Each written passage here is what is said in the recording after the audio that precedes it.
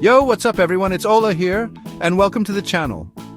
Today, we're diving headfirst into the world of Java programming. Whether you're completely new to coding or you've dabbled in other languages, this video is your one-stop shop to becoming a Java pro. We'll be breaking down complex concepts into bite-sized pieces, making sure you really understand the fundamentals. We're talking variables, data types, control flow, the building blocks of any great Java program. But it's not just theory here. We'll get those hands dirty, writing actual code, building projects, and even exploring advanced concepts that'll take your skills to the next level. So buckle up, hit that subscribe button, and let's get this Java journey started.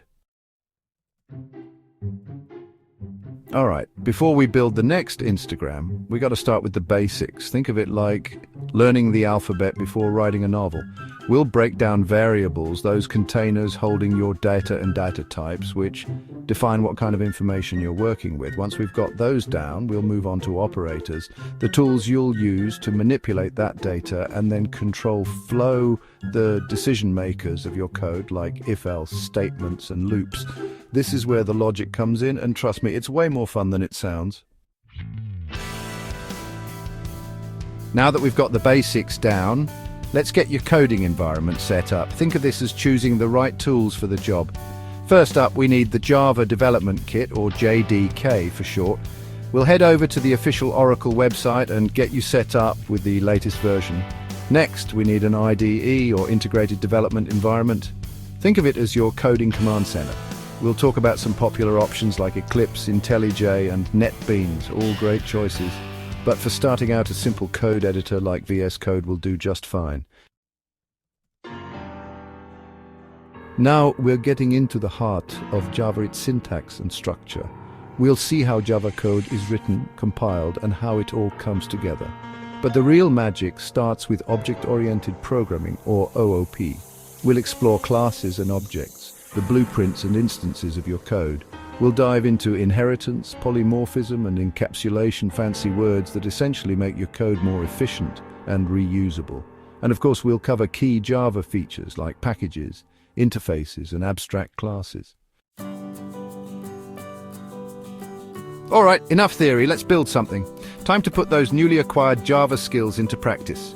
We'll start with some small projects, a calculator, a to-do list, maybe even a basic game.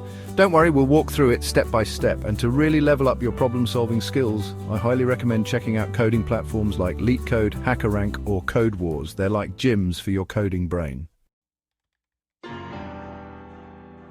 Once you've mastered the basics, it's time to unlock Java's full potential with some advanced concepts.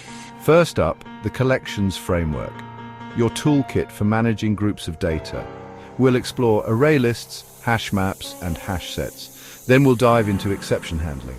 Think of it as learning to code defensively, anticipating and managing errors gracefully. And finally, we'll cover file I/O, teaching your programs to read and write files. Java's power lies not only in its core language, but also in its vast ecosystem of libraries. These are pre-written code modules that can save you tons of time and effort. We'll explore the Java Standard Library, your go-to for common tasks. And then there are popular third-party libraries like Apache Commons and Guava, which offer even more specialized tools and functionalities. Think of them as power-ups for your Java projects. Now it's time to unleash your inner software developer and build some real-world projects. We're talking about chat applications, web scrapers, or even simple games. This is where you take all the concepts we've learned and bring them together to create something truly awesome.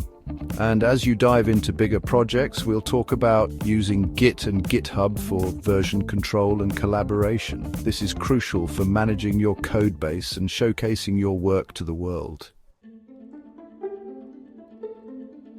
As you progress in your Java journey, you'll encounter frameworks and tools that streamline the development process. Think of them as power tools for building software. We'll talk about build tools like Maven and Gradle, which automate the process of compiling, testing, and packaging your code. And we'll explore popular frameworks like Spring Boot for web development and Hibernate for database management. These frameworks provide pre-built structures and components, making it faster and easier to build complex applications. One of the best things about learning to code is the incredible community behind it. Don't be afraid to reach out, ask questions, and learn from others. Join online forums like Stack Overflow, dive into Reddit communities like r/learn programming, or even attend local coding meetups. And if you're feeling adventurous, contribute to open source projects. It's a fantastic way to learn from experienced developers, collaborate on real-world projects, and give back to the community. Congratulations, you've made it to the end of this Java crash course. But remember, this is just the beginning. The key to becoming a successful programmer is continuous learning and practice. Keep challenging yourself with increasingly complex projects, explore new libraries and frameworks, and stay updated with the latest Java features. The world of programming is constantly evolving, and there's always something new to discover. And that's a wrap. If you made it this far, give yourself a pat on the back. You've just taken a huge step towards mastering Java programming. Don't forget to like this video if you found it helpful, and subscribe to the channel for more coding tutorials. Keep practicing, keep building, and most importantly, keep that coding fire burning. I'm excited to see what amazing things you'll create. Until next time, keep coding, and I'll catch you in the next one. Peace.